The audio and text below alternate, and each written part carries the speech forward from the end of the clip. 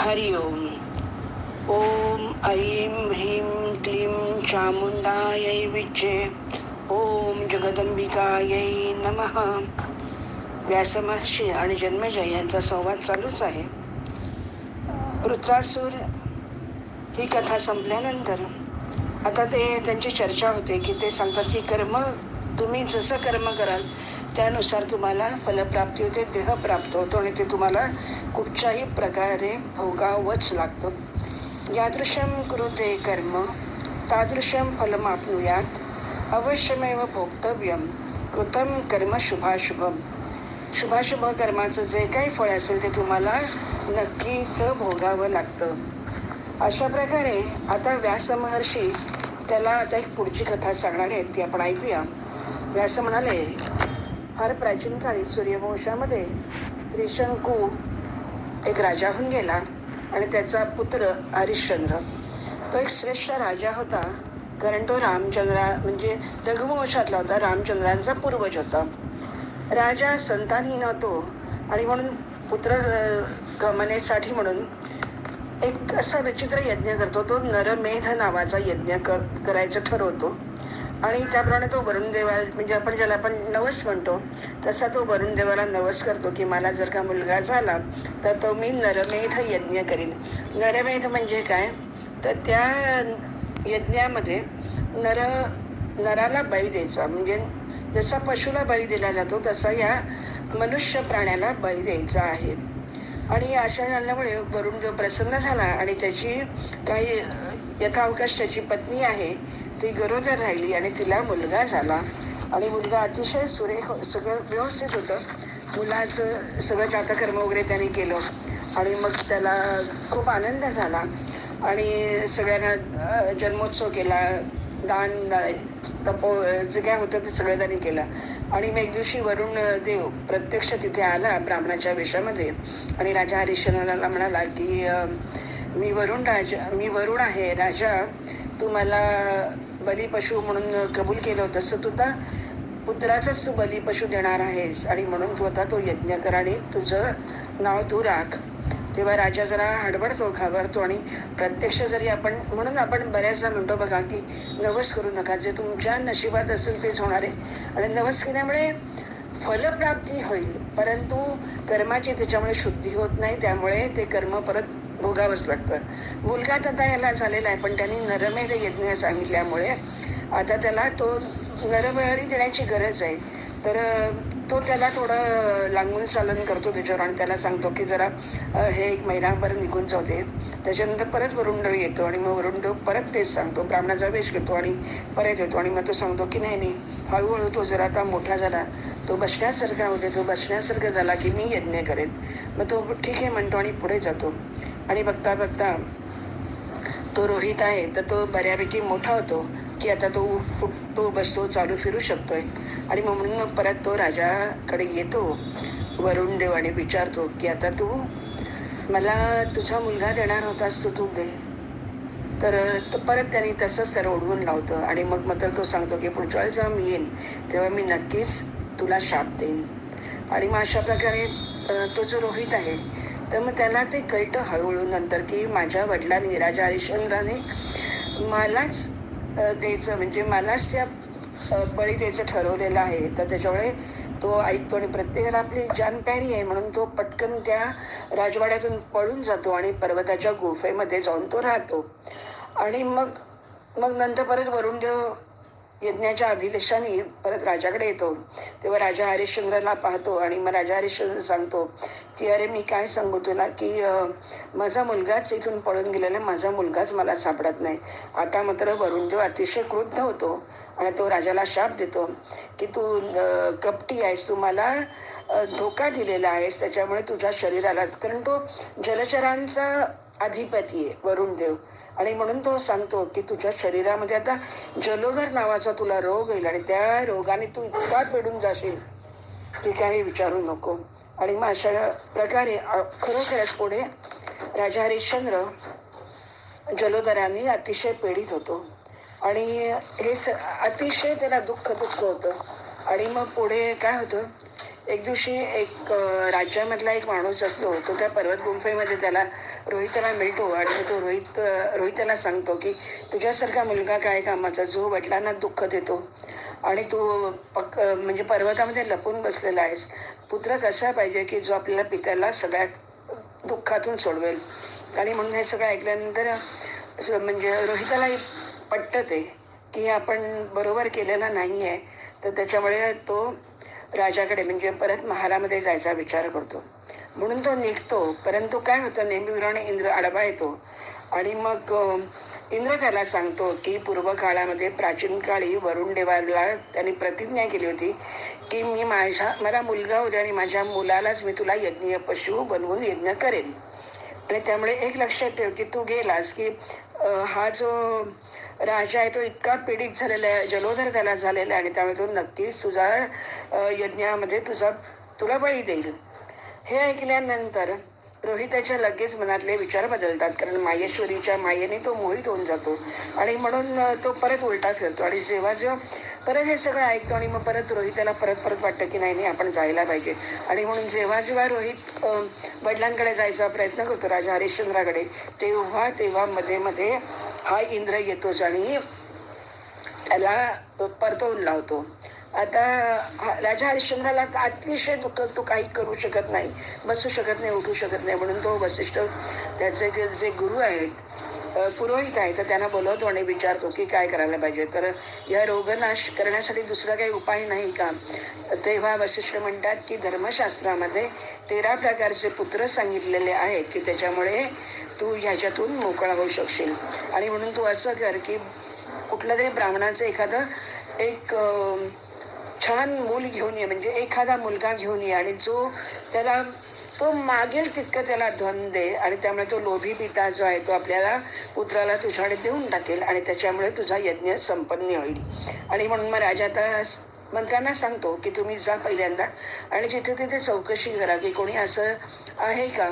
आणि म्हणून तो फिरतो पण कुठेही काही त्यांना मिळत नाही. मग शेवटी एका ठिकाणी एका राज्यामध्ये अजिगर्त नावाचा एक ब्राह्मण असतो. अतिशय दुःखी, निर्धन आणि अगदी कंगाल असतो आणि त्याला 3 मुलगे असतात. आणि म्हणून हा मंत्री त्याच्याकडे येतो आणि ब्राह्मणाला सांगतो की असं नाहीतरी तुझी इतकी गरीब आहे ते पुत्र असे सुद्धा ते भुकेने मरतातच आहे. तर तू त्याच्यापेक्षा असं कर की तुझा एखादा मुलगा तू आम्हाला दे आणि त्याच्या बदल्यात तुला पाहिजे तितकं धन, हवी तेवढी संपत्ती तुला राजा द्यायला तयार आहे. आणि म्हणून मग ब्राह्मण असा विचार करतो की 3घही जण जर का मरतायत त्याच्यापेक्षा भिकेने मरतायत, तर त्याच्यापेक्षा आपण हा मुलगा एक देऊन टाकू आणि मग हे उरलेले तरी आपण सगळे सुखासमाधानात राहू. अशा प्रकारे तो पशुयोग्य असणारा ब्राह्मण पुत्र शून्यशेप नावाचा एक मुलगा असतो, त्याला तो देऊन टाकतो. आणि आता इथे यज्ञाची तयारी सुरू होते आणि शुपसेनाला त्या यज्ञाच्या इथे त्याला बांधण्यात येतं आणि आता तो यज्ञ सुरू होणार. तेवढ्यामध्ये आणि तो मुलगा तिथे असतो आलेला, तेव्हा विश्वामित्र त्याला पाहतात की शून्यशेप अतिशय रडतोय, त्याला खूप दुःख, त्याला खूप वाईट वाटतंय, पण त्याचं कोणीच ऐकत नाही. तर त्याच्यामुळे प्रत्यक्ष विश्वामित्र येतात आणि त्या हरिश्चंद्राला सांगतात की अरे तू हे काय करतो. पूर्वापार असं पद्धत आलेली आहे की क्षत्रिय लोक दुसऱ्यांच्या शरीराची रक्षा करण्यासाठी ते म्हणजे युद्ध करतात, प्रसंगी आपल्या प्राणाची आहुती देतात. आणि तू स्वतःच्या शरीराच्या रक्षणासाठी तू ब्राह्मण पुत्राचा वध करतोस, हे किती मोठं पाप आहे आणि तू कुठे म्हणजे नरकात जाऊन पडशील. पण आता ह्याचा काही इलाज चालत नाही, कारण हरिश्चंद्राला करणे दुसरा पर्याय नसतो. पण तेव्हा मात्र तो ऐकत नाही. म्हटल्यानंतर विश्वामित्र शून्यशेपाला पाशधरी वरुण देवाचा एक अतिशय तीव्र असा मंत्र देतो आणि त्या मंत्र उपदेश करतो आणि त्याला सांगतो वरुण देवाचा म्हणजे सलग तू वारंवार हा मंत्र जप करत राहा आणि त्याच्यातून तू मोकळा होशील. आणि करुणासिंधू वरुण देव तर तो ऐकतो आणि सगळं त्या शून्यशेपावरती प्रसन्न होतो आणि तो शून्यशेपाला सोडून देतो आणि राजा हरिश्चंद्राचा पण आता तो रोगमुक्त होत होतो. आणि अशा प्रकारे त्याला विश्वामित्र त्या बालकाच्या मृत्यूपासून मुक्ती करतात त्याची. आणि त्यामुळे विश्वामित्र अतिशय राजावरती चिडलेले असतात की हे एका मुलाचा बळी देणं किती चुकीचं आहे. आणि म्हणून काय होतं, राजा हरिश्चंद्र एक दिवशी असाच म्हणजे घोड्यावरती बसून याला चाललेला असतो, शिकारीला चाललेला असतो, दुपारची वेळ असते आणि एक डुकराची तो शिकार करत असतो. तेवढ्यामध्ये काय होतं, विश्वामित्र एका ब्राह्मणाचा, वृद्ध ब्राह्मणाचा वेश करतात आणि त्याच्या समोर येतात आणि त्याच्याकडे म्हणजे दान मागतात. पूर्वावर ती पद्धत होती की राजाने स्नान संध्या केल्यानंतर जे काय कोणी अतिथी आली असेल तर त्याला ते दान द्यायचं, काय मागेल त्याप्रमाणे विश्वामित्र त्याच्याकडे संपूर्ण त्याचं राज्य आणि धनधान्य सगळं सगळं त्याच्याकडे मागतात. तर तेव्हा त्यांना तो देऊन टाकतो आणि त्यामुळे काय होतं, इथे हा राजा हरिश्चंद्र अत्यंत म्हणजे कंगाल होऊन जातो. आणि हे जेव्हा विश्वामित्राने केलेलं कार्य वसिष्ठांना कळतं, ते योगायोगाने एका दिवशी ते एका वनामध्ये सापडतात, भेटतात एकमेकांना. तेव्हा वसिष्ठ खूप चिडतात आणि त्याला म्हणतात की तू तर क्षत्रिय एक आहेस विश्वामित्र, आणि तू एका ब्राह्मणाचा वेश घेतोस, तू किती छल कपट करतोय, तू ब्राह्मण कधी होऊ शकशील का? तर त्यामुळे तू फक्त काय करतोस की म्हणजे बगळ्यासारखं तू ध्यान परायण झालेला आहेस आणि तू बगळ्यासारखा जसा बगळा बसून राहतो पाण्यामध्ये आणि म्हणजे मास आला की पटकन गिळून टाकतो आणि परत गप्प बसतो, तशा प्रकारे तू काय केलंस, तू त्या मुलाचं हे केलेलं आहेस, त्या मुलाला वाचवलंस, अगदी बरोबर आहे, पण मुळामध्ये तू ब्राह्मण नाही असं, त्यामुळे तू ब्राह्मणाचा वेश घेतलाय, तू खोटं वागतोयस आणि म्हणून तू ते बक ध्यान करतोय जसा, तर म्हणून तू बकच होशील, म्हणजे तू बगळाच होशील आणि म्हणून तू आत्ताच्या आत्ता आडी नावाचा पक्षी होशील. आता हे ऐकल्यानंतर तो विश्वामित्र आहेत ते काय सोडणार आहेत, आणि म्हणून मग विश्वामित्र पण वसिष्ठांना शाप देतात की तू सुद्धा आडी नावाचा पक्षी होशील. आणि अशा प्रकारे ते दोघ जण मानस सरोवराच्या येथे जातात आणि एक बक होतो, म्हणजे बगळा होतो विश्वामित्र, आणि हा वसिष्ठ आडी होतात. आणि अशा प्रकारे ते दोघ जण दिवस रात्र खूप एकमेकांवर आघात, पंखानी, नखानी, चोचीनी वगैरे खूप खूप ते म्हणजे त्रास एकमेकांना देत असतात. एक दिवशी ब्रह्मदेव तिथे येतात आणि त्यांना सांगतात की तुम्ही असं करू नका, आणि त्या दोघांना तो शापातून मुक्त करतो. त्याबरोबर विश्वामित्र आणि वसिष्ठ मोकळे होतात आणि खूप आनंदात होतात आणि ते आपापल्या जागी निघून जातात. आणि मग तेव्हा हा विचारतो जन्मेजय की काय करायला पाहिजे, म्हणून ते सांगतात की कलियुगामध्ये जे दोष आहेत, कलियुगाचे दोष आहेत, तर ते जर का चित्त तुमचं वासना रहित होण्यासाठी तुम्ही जर का देवीच्या पूजेमध्ये परांबाची जर का तुम्ही पूजा केलीत आणि देवीची अनेक नावं आहेत, तर त्याचं तुम्ही जर का गुणगान आणि जप कीर्तन केलं तर तुम्ही याच्यातून म्हणजे मुक्त होऊ शकतात. तर अशा प्रकारे आता हे वसिष्ठ आणि विश्वामित्र आडी आणि बकातून ते बाहेर पडलेले आहेत. आता आपण पुढच्या कथेकडे जाऊया. तर आता आडी आणि ते मोकळे वगैरे झाले तिथून त्याच्यातून. आणि मग नंतर काय होतं की ब्रह्माचा पुत्र वसिष्ठ आहे, तर तो विचारतो की म्हणजे ब्रह्मदेवाकडे जातो आणि त्यांना विचारतो की हे सगळं चाललेलं आहे आणि त्यांनी मला असा शाप दिला होता की आता त्यावेळी माझा तर देह लगेच पडेल आणि मला लगेच पुढचा जन्म घ्यायला लागेल, तर माझे वडील कोण असले आणि म्हणजे मी जन्म घेतला पुढचा तरी सुद्धा माझं जे काही ज्ञान आहे, सगळं जे काय आहे ते माझं मला परत मिळालं पाहिजे. तर तेव्हा ब्रह्मदेव म्हणतो की तू मित्र वरुण नावाचे ते दोघ जण आहेत, तर ते दोघे एकच आहेत, तर मित्र वरुणी नावाने ते प्रसिद्ध आहेत, आणि मग त्यांच्याकडे तू जा तिथे आणि तुझं तिथे शालन होईल, आणि म्हणून तू तो देह आत्ता सोड तिथे जाऊन, आणि मग तुला व्यवस्थित तू पहिल्यांदा परत वसिष्ठ होऊन जाशील. आणि अशा प्रकारे मग काय होतं, म्हणून वसिष्ठ मुनी तिकडे जातात आणि ते प्रत्यक्षामध्ये काय होतं इथे ते आता आपण पाहूया. आणि अशा प्रकारे ते जेव्हा हे अशी ते कथा सांगत असतात, त्याच्यामध्ये मागे काय होतं, तर आता ते मित्रावरुणी नावाने तो जन्म घेतो. तर मित्रावरुणीची पण आपण आता कथा पाहूया. असं होतं की एक दिवशी ते मित्रावरुणी जे दोघं जण असतात ते त्यांच्या अंशातूनच आता वसिष्ठांचा जन्म होणार असतो. आणि म्हणून काय होतं की ते मित्रावरुणी तिथे जातात आणि म्हणजे मित्रावरुणींकडे एक दिवशी उर्वशी नावाची अप्सरा येते आणि ते दोघ जण त्याच्या प्रेमामध्ये पडतात आणि ते म्हणतात की तू आता इथे राहणी आम्हाला आनंद दे. तेव्हा उर्वशी तिथे राहते, आनंद देते त्यांना, खूप त्यांच्यात समागम वगैरे होतं अतिशय.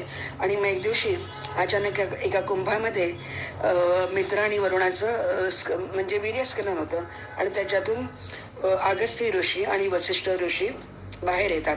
आणि मग ते वसिष्ठ ऋषी आता परत पूर्वीसारखे आता वसिष्ठ म्हणून होऊन जातात. तर त्याच्या मागे काय कथा घडलेली असते ते आता आपण पाहूया एकदा. एक निमी नावाचा राजा असतो. तर त्या निमी राजा खूप चांगला आहे, म्हणजे रघुवंशातलाच तो आहे.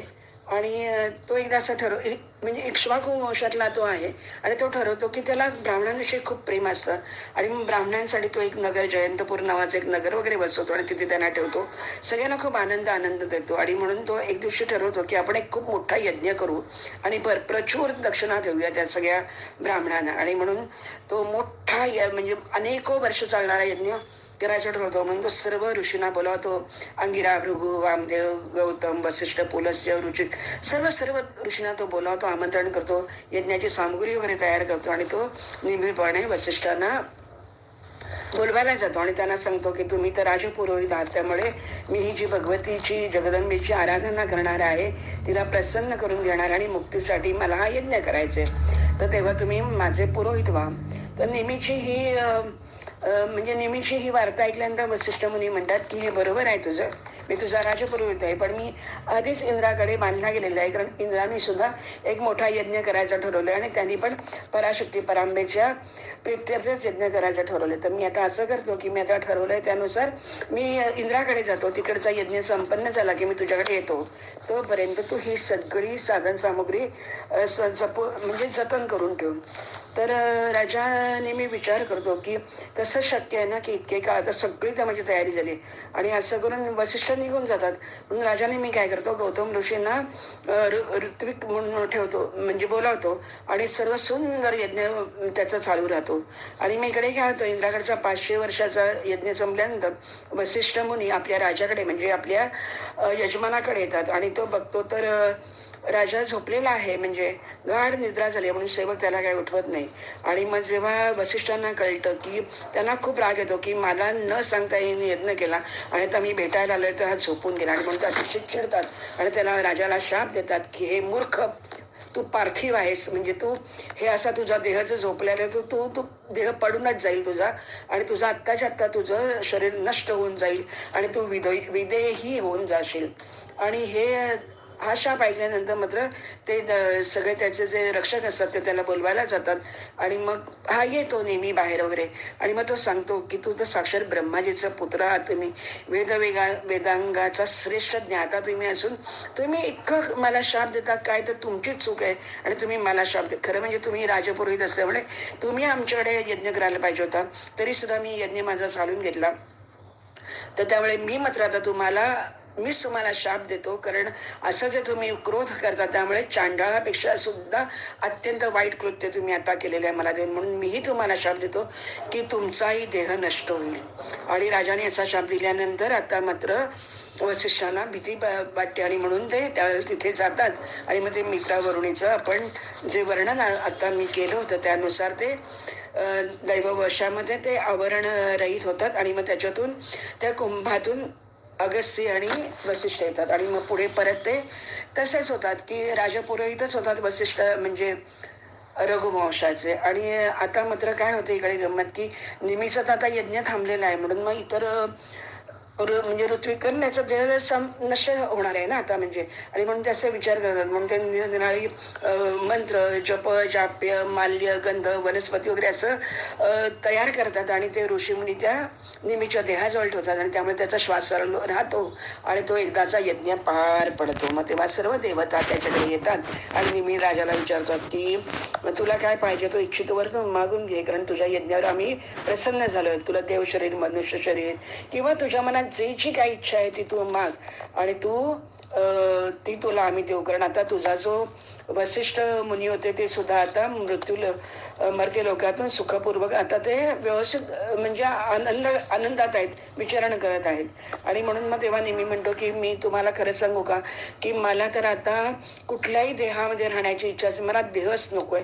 आणि कारण कुठलाही देह घेतला तरी तो नाशिवंत आहे, तो परत येणार, परत जाणार, तर मला हे राहाडगडीमध्ये राहायचं नाही, तर तुम्ही मला देणारच असाल तर म्हणजे प्राणी जे आहेत तर प्रत्येकाला दृष्टी आहे, नजर आहे, डोळे आहे, तर त्या प्राण्यांच्या डोळ्यामध्ये राहण्याचा मला वायुरूप मी होईन आणि त्यांच्यामध्ये समस्त प्राण्यांच्या नेत्रामध्ये मी वायुरूप होऊन मी राहीन, असा तुम्ही मला आशीर्वाद द्या.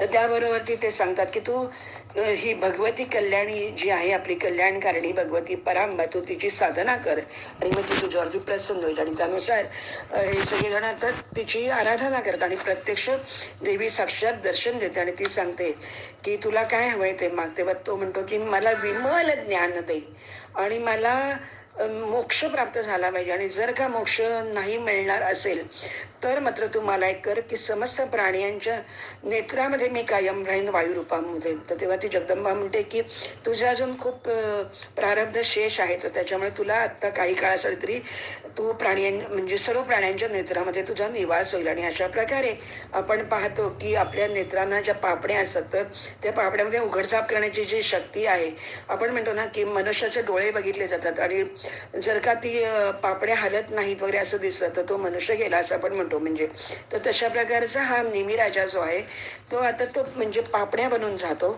आणि त्यामुळे मनुष्य प्राणी पक्षी जे सगळे ते म्हणजे पापड्या हलवू शकतात. आणि देवता आहेत त्यांना आपण अनिमिष म्हणतो की ते पापड्या हलवू शकत नाहीत. अशा प्रकारे ती वरदायिनी भगवती त्याला वर देते आणि ती अंतर्धान पावते. आणि मग आता निमीच्या तर देहाचं मंथन करायला पाहिजे, कारण परत आता राजपुत्र पाहिजे राज्यावर बसण्यासाठी, म्हणून निमीच्या देहाचं मंथन करतात आणि त्याच्यातून एक सुंदर असा पुत्र जन्माला येतो. सर्व लक्षणांनी संपन्न असा तो निमीच जणू काय दुसरा जन्माला येतो आणि त्या अरणी मंथनातून तो जन्माला येतो म्हणून त्याचं नाव मिथी ठेवलं जातं. आणि तो पित्याकडून जन्म घेतो म्हणून तो जनक म्हणजे पिता. आणि म्हणून सर्व निमी विधेय म्हणजे राजा निमी विधेय होतो आणि म्हणून त्यांच्या कुळातल्या सर्व लोकांना जनक आणि विधेयी असं म्हटलं जातं. आपण राजा जनक वगैरे म्हणतो ना. आता ह्याच्या अगोदर जर का तुम्ही कधी लक्षात ठेवलं असेल तर भागवतामध्ये अशी कथा आली होती की वेन राजा आहे तो अतिशय दुष्ट असतो आणि राजपुत्र परत गादीवर पाहिजे, पण तो वेन राजाला तर हे सगळे ऋषी फुंकर मारतात आणि मारून टाकतात. पण त्या वेन राजाच्या देहाचं मंथन करतात आणि त्याच्यामधून ते उरूमधून आणि जांघेतून ते एक मंथन केल्यामुळे एक पृथ्वी आर्ची नावाचं एक जोडपं बाहेर येतं आणि मग पुढे हा सगळा विस्तार होतो. अशा प्रकारे पूर्वीच्या काळामध्ये निमी राजाच्या देहातून पण मिथी म्हणजे मिथिल म्हणून तो नगरी पण स्थापन करतो. अशा प्रकारे हा निमीचा शाप त्याच्यातून निर्माण होणार आहे. सगळं कथानक वगैरे आपण सगळं पाहिलं आणि म्हणून ते म्हणजे परत आता त्यांच्यामध्ये चर्चा होते की काय माहिती का, काम क्रोध लोभ आणि अहंकार हे परवडले, पण त्याच्यापेक्षा सगळ्यात जर वाईट काय आहे जगामध्ये तर लोभ. या लोभामुळेच अनेक गोष्टी कौरव पांडवांच्यात युद्ध झाले. त्याच्यानंतर बहीण नाही, भाऊ नाही, आई नाही, वडील नाही, सगळ्यांना नाही, ते एकमेकांच्या जीवावरती सुद्धा उठतात. आणि अशा प्रकारे हा लोभ सगळ्यांना कारणीभूत आहे. कारण परमात्मा जो असतो तो निर्गुण निर्लेप परम अविनाशी अलक्ष अप्रमेय आणि सनातन आहे. त्याचप्रमाणे ही जी परमाशक्ती आहे ती सुद्धा निर्गुण ब्रह्मामध्ये स्थित असलेली परमात्मा आणि पराशक्ती या दोघं एकच आहेत, अभिन्न ते असू शकत नाही. पण जेव्हा हे ज्यांना कळतं तेव्हा तो प्राणी म्हणजे मनुष्य प्राणी तो दोषमुक्त होतो आणि त्याला मुक्ती प्राप्त होते. आणि असं वेदांतचं कायम घोष आहे की तुम्ही म्हणून देवीला प्रसन्न करून घ्या की त्याच्यामुळे तुमचं सगळं काय व्यवस्थित होईल. आणि म्हणून काय त्यांनी म्हटलंय की शब्दज्ञानाने कार्याची सिद्धी होत नाही, अनुभव ज्ञान अलौकिक आहे. कारण कर्म तेच आहे जे बंधन अडकवतं आणि विद्या तीच आहे जी मुक्ती देते. आणि म्हणून मला हे ज्ञान प्राप्त झालं पाहिजे की मी परांबेची पराशक्तीचं कायम मी स्मरण करेन. कारण कशी गंमत आहे की मुनीनी आणि म्हणजे वसिष्ठांनी आणि निमीनी एकमेकांना शाप दिला आणि कोणाला क्षमा केले नाही, परंतु ययातीने मात्र शुक्राचार्यांनी त्याला तू म्हातारा होईल असा शाप दिला, तरी सुद्धा ययातीने तो अपराध म्हणजे क्षम्य केला. आणि ते ययाती सुद्धा त्यांना कदाचित शाप देऊ शकला असता, परंतु तो ययातीने शिरोधार्य मानला आणि त्याने तो सांभाळला आणि तो म्हणजे त्याने तो शांत भावाने तो स्वीकारलेला आहे. तर अशा प्रकारे ही सगळी कथानक जात राहतात. आता आपण पुढे अजून एक कथा पाहणार आहोत, निर्माण झाली आणि त्याचं कारण आता आपण पाहूया, ती कथाच पाहूया. काय आहे की हा जो कार्तवीर्य नावाचा जो राजा आहे तो खूप मनाने चांगला आहे आणि तो हय्याई वंशी राजा आहे आणि त्याला 1000 भुजा आहेत आणि तो म्हणून त्याचं एक नाव सहस्रार्जुन असं पण ठेवलेलं आहे. आणि भगवान विष्णूंचा अवतार स्वरूप आहे तो आणि दत्तात्रेयांचा तो प्रत्यक्ष शिष्य आहे आणि भगवतीचे जे उपासक परमसिद्ध आणि समर्थ आणि भृगवंशी ब्राह्मणांचे यजमान म्हणून ओळखला तो. तर अशा प्रकारे हा जो राजा आहे वंशी राजा, तर तो खूप ब्राह्मणांविषयी त्याला निष्ठा आहे, प्रेम आहे, आदर आहे आणि त्याला खूप असं वाटत असतं की आपण ब्राह्मणांना दान द्यावं, आपण त्यांना त्यांचा वंशविस्तार म्हणजे त्यांना खूप आनंद द्यावा. आणि म्हणून तो काय करतो, भरपूर यज्ञ करतो यज्ञ करत करत अखंड जवळजवळ हळूहळू तो यज्ञ करतो. प्रचंड संपत्ती तो ब्राह्मणांना देतो. ब्राह्मण अति श्रीमंत होतात आणि मग कार्तिवीर्य हळूहळू म्हणजे म्हातारा होत जातो आणि तो मरण पावतो. आता इथे गंमत अशी होते की हा जो कार्तवीर्य राजा आहे तो मृत्यू पावल्यानंतर जेव्हा पुढे काळ असा येतो की एक वेळ अशी येते की क्षत्रियांकडे हयवंशी जे क्षत्रिय आहेत तर त्यांचं काहीतरी एक कार्यविशेष करायचं असं निश्चित होतं, पण त्याच्यासाठी त्यांना धनाची पैशाची आवश्यकता असते आणि म्हणून ते सगळेजण आता सगळंच जवळजवळ कार्तवीर्य गेल्यानंतर जवळजवळ सगळंच धन आता यांच्या राज्यातलं संपलेलं आहे आणि म्हणून ते असे विचार करतात क्षत्रिय की आपण असं करूया, ब्राह्मणांकडे जाऊ आणि त्यांच्याकडे याचना करू धनासाठी, कारण आजपर्यंत आपल्या राजानेच या ब्राह्मणांना श्रीमंत केलेलं आहे तर ते काही धन आपल्याला देतील म्हणजे. आणि म्हणून ते राजे म्हणजे हयवंश क्षत्रिय, आपण नुसतं आता क्षत्रिय म्हणूया, तर ते क्षत्रिय त्या ब्राह्मणांकडे जातात आणि तेव्हा ब्राह्मण म्हणतात की नाही नाही आमच्याकडे काय नाही, आमच्याकडे काय नाही, आमच्याकडे काय नाही. आता इतकी प्रचूर संपत्ती या कार्तवीर्याने यांना दिलेली असते, परंतु ते अतिशय लोभग्रस्त झाल्यामुळे ते एकही पैसा ह्या लोकांना काही देत नाहीत आणि काय करतात, आपलं जे सगळं धन आहे ते घरामध्ये खणतात आणि ते सगळं धन संपत्ती जी आहे ती गाडून टाकतात आणि हे पळून जातात आणि गिरीकंदरामध्ये म्हणजे पर्वताच्या गुफेमध्ये वगैरे राहून जातात.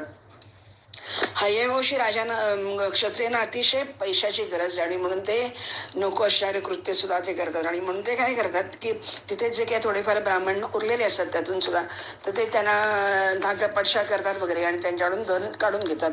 असं करता करता त्यांच्या असं लक्षात येतं की ब्राह्मणांनी आपलं धन बरंच घरांमध्ये म्हणजे गाडून ठेवलेलं आहे आणि म्हणून ते काय करतात, ते खणाला सुरुवात करणे, त्याच्यातून प्रचंड धन बाहेर पडतं आणि मग त्यांना लक्षात येतं की सगळीकडे आता धन धन आणि धन आहे आणि म्हणून ते सगळे ब्राह्मणांची घरं खणून काढतात आणि त्यांचा पैसा ते ताब्यामध्ये घेतात.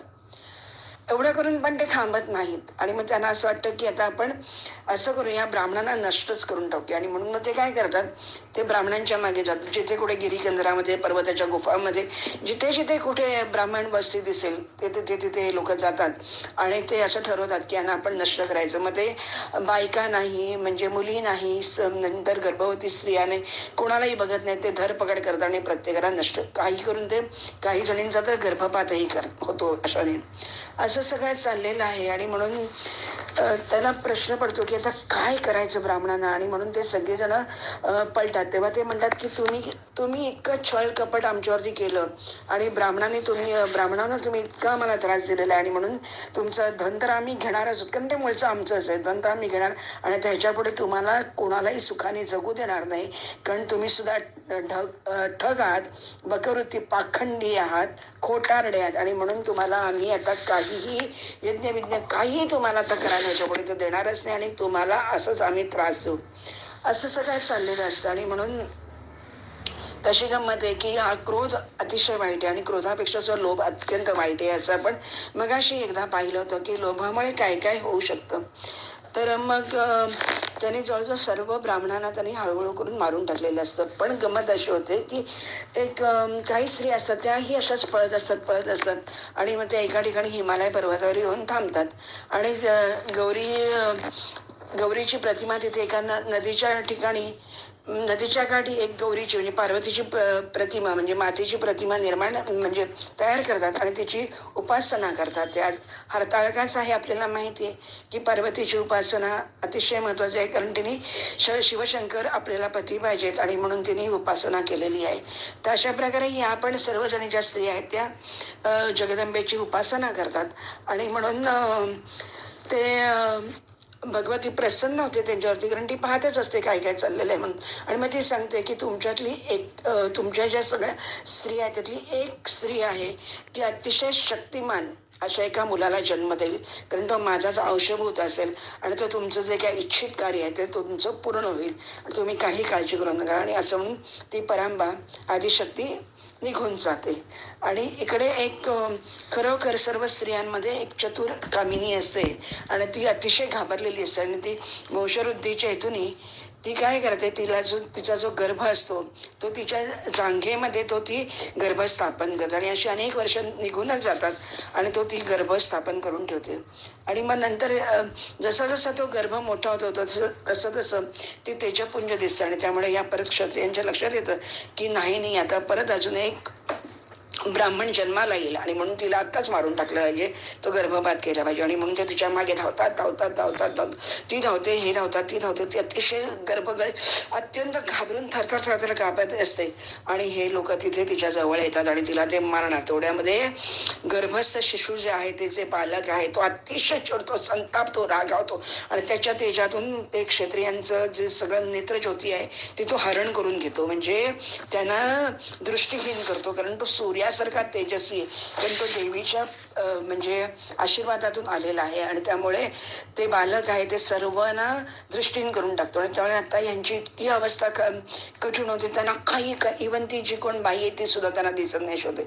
आणि म्हणून ते तिची करुणा बघतात, तिला खूप खूप विनवण्या करतात आणि ते सांगतात की तू माता आहेस, तू असं करू शकत नाही, आम्ही तुझे सेवक होतो, आम्ही तुझी मुलं आहेत, आम्ही चक्षुविहीन असल्यामुळे आम्ही काही करू शकत नाही, तर तू आम्हाला कृपा कर आणि आम्हाला परत दृष्टी दे, आम्हाला नेत्र दे, आमची नेत्रज्योती सगळी निघून गेलेली आहे, तर तू कृपा कर आणि आमच्यावरती आम्हाला नेत्र म्हणजे ज्योती दे, आम्हाला दृष्टी दे.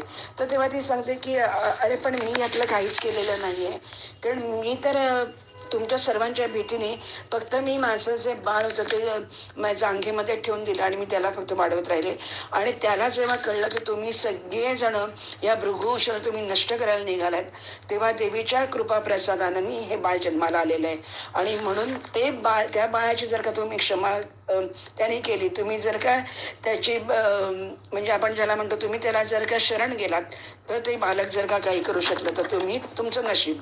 आणि म्हणून ते बालकाकडे सगळे जण जातात आणि ते नेत्रहीन क्षत्रिय त्याला म्हणतात की सगळं याचा महिमा आहे, काळाचा महिमा आहे, काळापुढे कोणाचंच काही चालत नाहीये. पण त्यामुळे तू आता असं कर म्हटलं की आम्ही तुला शरण आलेलो आहोत आणि आम्ही तुझी करुणा बघतो आणि तू फक्त आम्हाला काही करू नको, तर तू फक्त आम्हाला दृष्टी दे आणि तुला जे काय धन बिन काय पाहिजे असेल ते तुमचं तुम्हाला आम्ही सगळं परत करतो आणि आपण दोघं जण पूर्वीसारखे म्हणजे ब्राह्मण आणि क्षत्रिय परत आता एकत्र होऊ आणि गुण्या गोविंदाने राहू आपण. तर अशा प्रकारे तो मुलगा हो म्हणतो, कबूल करतो आणि त्यांना क्षमा करतो. आणि हाच मुलगा क्षत्रिय राजकुमार पुढे हय्यय नावाने तो प्रसिद्ध होतो. आता ही जी हय्ययची मी तुम्हाला सगळी कथा सांगितल्याचं व्यासमुनी जन्मेजयाला सांगतात. आणि मग पुढे काय होतं, आता पुढची कथा मी तुला सांगतो, आता ती नीट लक्ष देऊन ऐक. पूर्वी प्राचीन काळी एकदा काय होतं, अत्यंत सुंदर रूपवान अपरिमित तेजाचा सूर्यपुत्र जो रेवंत असतो, रेवंत नावाने तो प्रसिद्ध असतो, तर तो एकदा काय करतो, आपलं स्वतःचं अश्वरत्न जो उच्चश्रेवा म्हणजे जो समुद्र मंथनामध्ये सापडलेला तो उच्चश्रेवा घोड्यावरती तो बसतो आणि विष्णूच्या निवासस्थानी वैकुंठ लोकी जातो आणि असं विचार करतो की मी तिथे जाईन आणि विष्णूचं लक्ष्मीचं दर्शन घेईन. आणि म्हणून तो जायला निघतो आणि तो लांबूनच पाहतो आणि तेव्हा विष्णूच्या दर्शनाच्या आकांक्षी असलेला हा म्हणजे विष्णू दर्शनासाठी इच्छुक असलेला हा जो भास्कर नंदन घोड्यावरती स्वार होऊन जेव्हा जातो तेव्हा लक्ष्मी तिथून पाहते आणि लक्ष्मीची नजर त्या रेवंत जो पुत्र आहे, सूर्यपुत्र, त्याच्यावर पडते आणि ती बघतच राहते. कारण हा जो उच्चश्रव आहे तो समुद्र मंथनातून माझ्याबरोबर त्याच्यातूनच तो बाहेर आला आणि हा रेवंत त्या घोड्यावर बसलाय की आणि हा कुठे येतोय काही कळेना आणि हा ते एखाद्या कामदेवासारखा सुंदर तेजोमय शरीराचा आहे. हा आहे तरी कोणा तिन्ही लोकांना मोहित करणार आहे आणि म्हणून ती बघत राहते आणि त्याच वेळेला विष्णू पण तिला म्हणजे विष्णूला पण दिसते ती पण त्याच्या लक्षात येतं की लक्ष्मी अगदी आरक्त झाली तिच्याकडे बघून वगैरे आणि तो प्रश्न विचारतो अगं हा कोण आहे तरी कोण वगैरे. तर ती काय उत्तर देऊ शकत नाही कारण तिचं लक्षच नसतं.